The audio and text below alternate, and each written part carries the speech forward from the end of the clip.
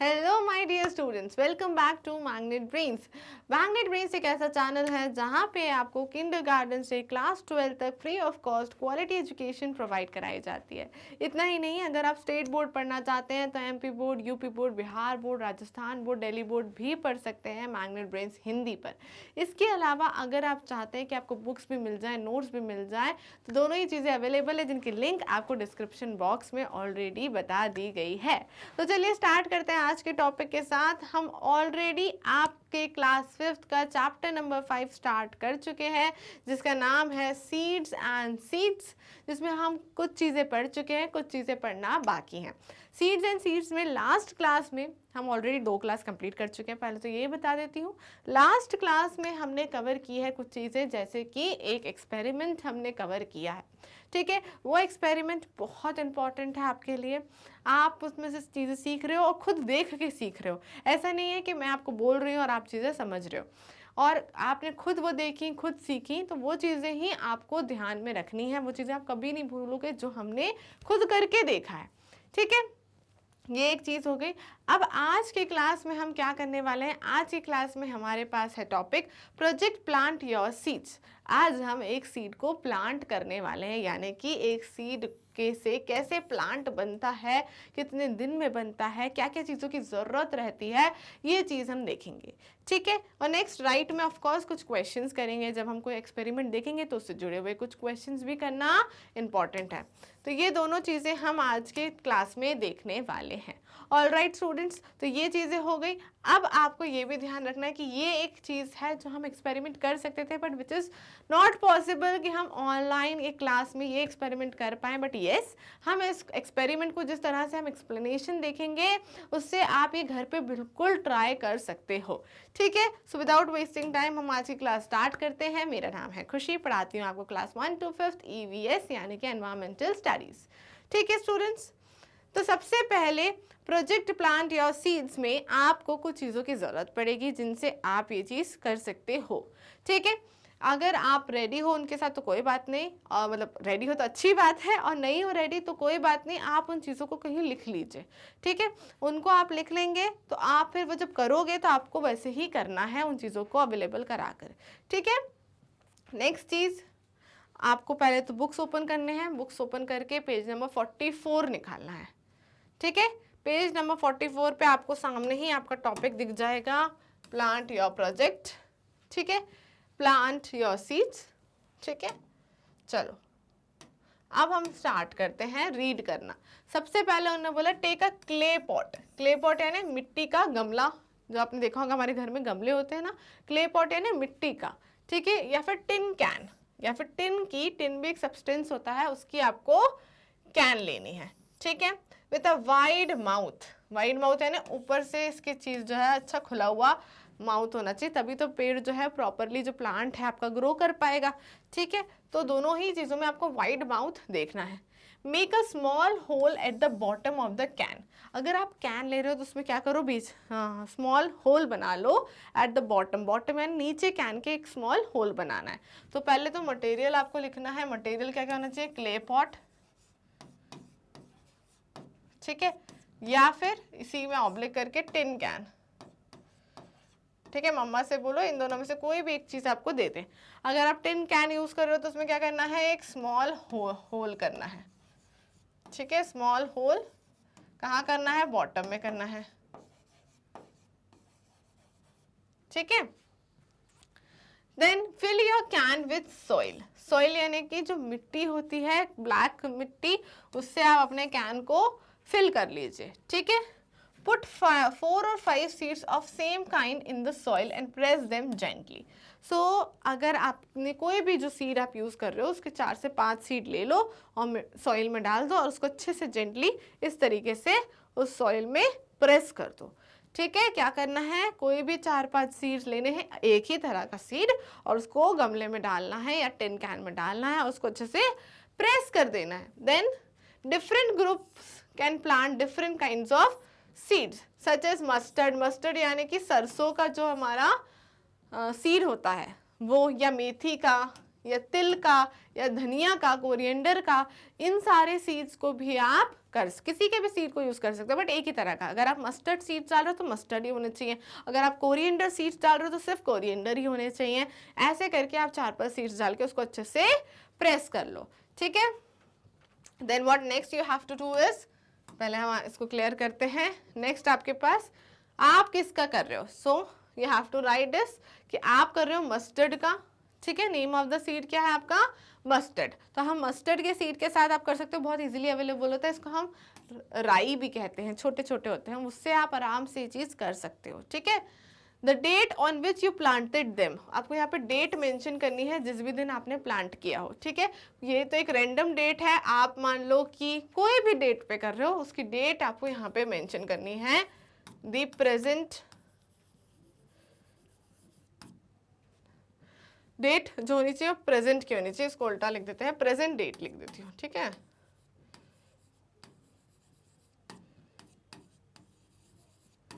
Present date जिस भी दिन आप कर रहे हो वो। The day you observe something coming out of the soil start filling the table.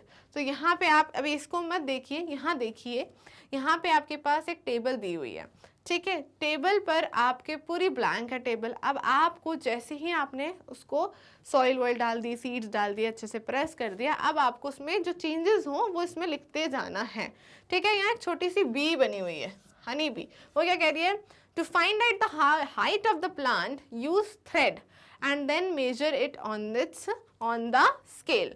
तो आप थ्रेड से, थ्रेड यानी क्या होता है, धागे से उसको मेजर कर लो और फिर धागे को रखो स्केल पे और देखो कितना सेंटीमीटर हुआ है। तो ये आपको एक हेल्प मिलेगी यहाँ पे हाइट चेक करने के लिए। क्या करना है, धागा लेना, धागा मम्मी के पास वो होता है ना सुई धागा, वो वाला धागा ले लेना और धागे से क्या करना, उससे मेजर कर लेना। तो अपने मटेरियल में एक और चीज़ जोड़ लो, धागा यानी कि थ्रेड, ठीक है। वो थ्रेड से आप उसको मेजर कर सकते हो और फिर स्केल से मेजर करके उसमें लिख सकते हो। The day you observe something coming out, वहाँ से आपको फिल करना है, ठीक है। जैसे कि यहाँ पे डेट लिखी हुई है 2 अक्टूबर, तो आप कम से कम 10 अक्टूबर से उन्होंने मेजर करना स्टार्ट किया, कितना हो गया, कम से कम 1 वीक बाद। तो जो भी आप डेट लिखो उसके 1 वीक बाद से ही आपको मेजर करना है, क्योंकि 1 वीक से पहले आपको ज़्यादा चेंजेस नहीं दिखेंगे।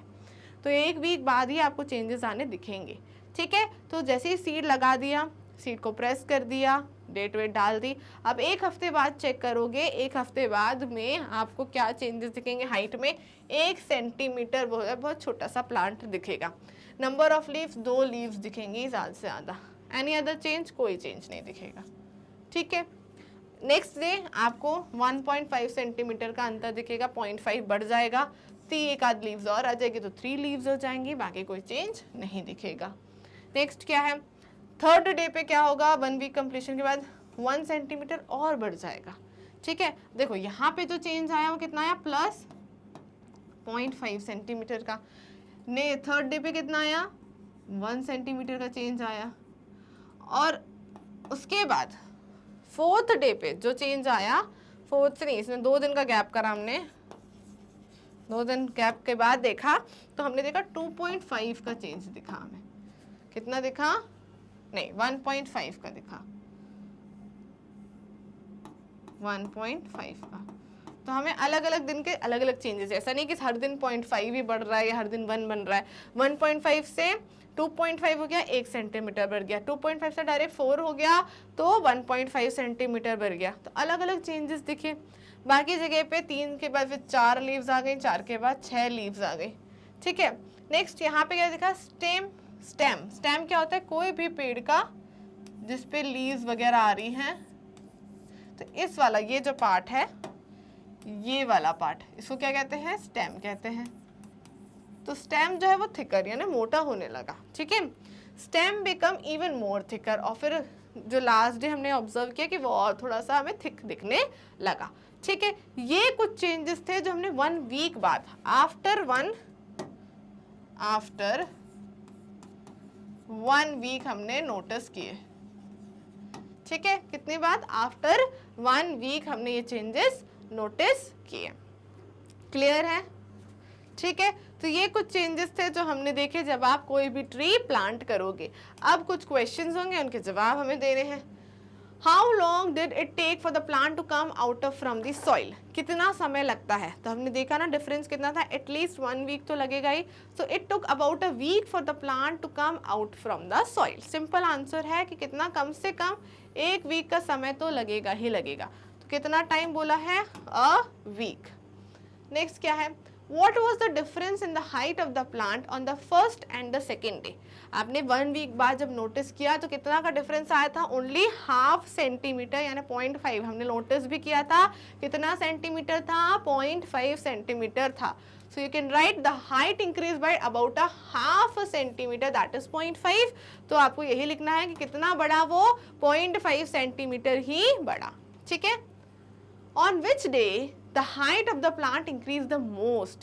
इसका क्या मतलब है, कौन से दिन पर सबसे ज्यादा हाइट इंक्रीज होते हुए दिखी थी आपको, जब हम 3rd से 4th डे पर आए थे, right.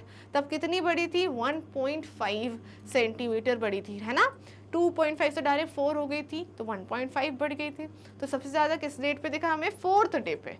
So on the 3rd day the height of the plant increase the most, मतलब 3rd से 4th डे पे आए तो सबसे ज्यादा हुई, तो 3rd डे पे हमने देखा कि बहुत ज्यादा इंक्रीज हुई है। ठीक है। Did new leaves come out of the plant every day? क्या हर दिन कोई ना कोई लीव्स आ रही थी, बिल्कुल हर दिन हमने एक नई लीव्स देखी है प्लांट में आते हुए। So what you have to write, yes new leaves came out of the plant every day, हर दिन एक नई लीफ जो है हमको आते हुए प्लांट में दिख रही थी।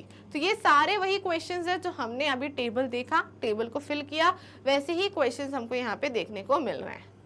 Was there any change in the stem of the plant? Plant के स्टेम में आया था, yes 3rd day 4th day पे चेंज आया था, वो थिकर हो गया था। तो वही आपको यहाँ मेंशन करना है, yes the stem become thicker and thicker by each day।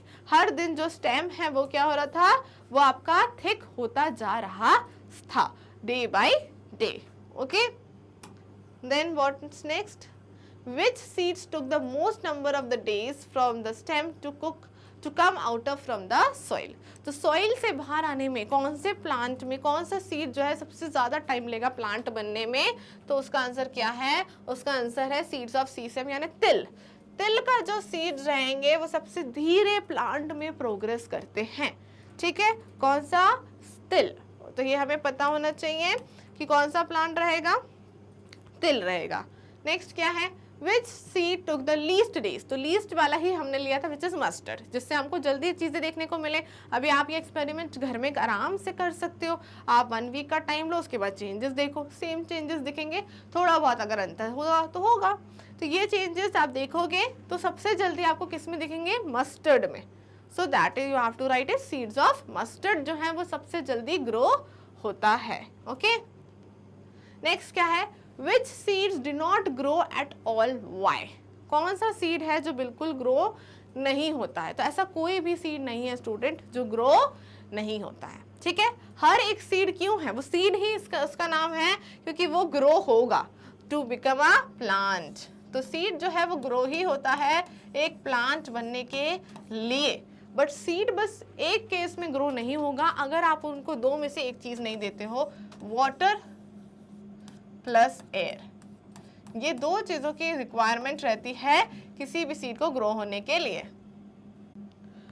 ठीक है, अब ये चीज हमें समझ में आ गई, अगर ये दोनों चीजें नहीं है तो ही ऐसा होगा कि सीड से प्लांट नहीं बनेगा, अदरवाइज हर एक केस में सीड जो है प्लांट बनेगा ही बनेगा।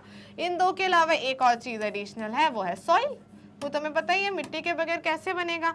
तो अगर हम कहना चाहें कि किसी भी प्लांट को अगर हमें क्या बनाना है, सीड से प्लांट बनाना है, तो वाटर, एयर और सॉइल की हमें रिक्वायरमेंट है, ये तीनों चीजें हैं तो प्लांट बनेगा। सो क्या है, all seeds grow well in the presence of water and air. If either of these 2 factor is absent then the seed can not grow.